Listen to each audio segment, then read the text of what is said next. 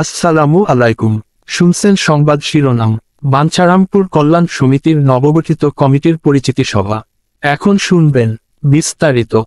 ঢাকাস্থ বাঞ্ছারামপুর কল্যাণ সমিতির 52তম বার্ষিক সাধারণ সভায় বাংলাদেশ বিশ্ববিদ্যালয় মঞ্জুরি কমিশনের সাবেক পরিচালক মোহাম্মদ মোফাক্কের হোসেনকে সভাপতি এবং অবসরপ্রাপ্ত major S M Saidul Islam পিএসসিকে সাধারণ সম্পাদক করে আগামী 2 বছরের জন্য নতুন কমিটি গঠন করা হয়েছে।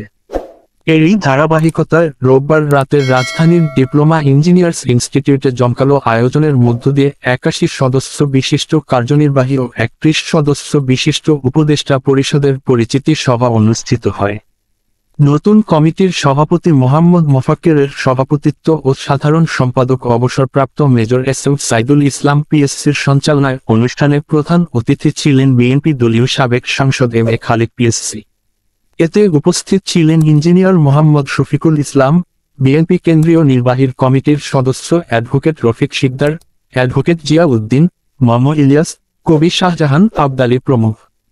কার্যকরী কমিটির অন্যতম সদস্যদের মধ্য থেকে M A Muhith, Anisur Rahman Sujan, advocate Mir Abdul Halim, Azizul হক খোকা, সিরাজুল ইসলাম, রায়কা ওয়ালি, ইঞ্জিনিয়ার সেলিম, ইঞ্জিনিয়ার আল আমিন, মোহাম্মদ কামরুজ্জামান, ইকবাল মাহমুদ সুজন প্রমুখ বক্তব্য দেন।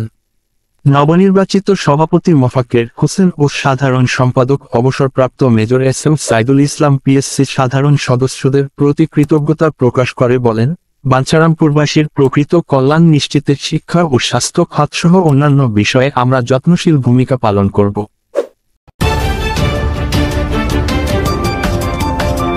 ব্রাহ্মণবাড়িয়া 24.নিউজ।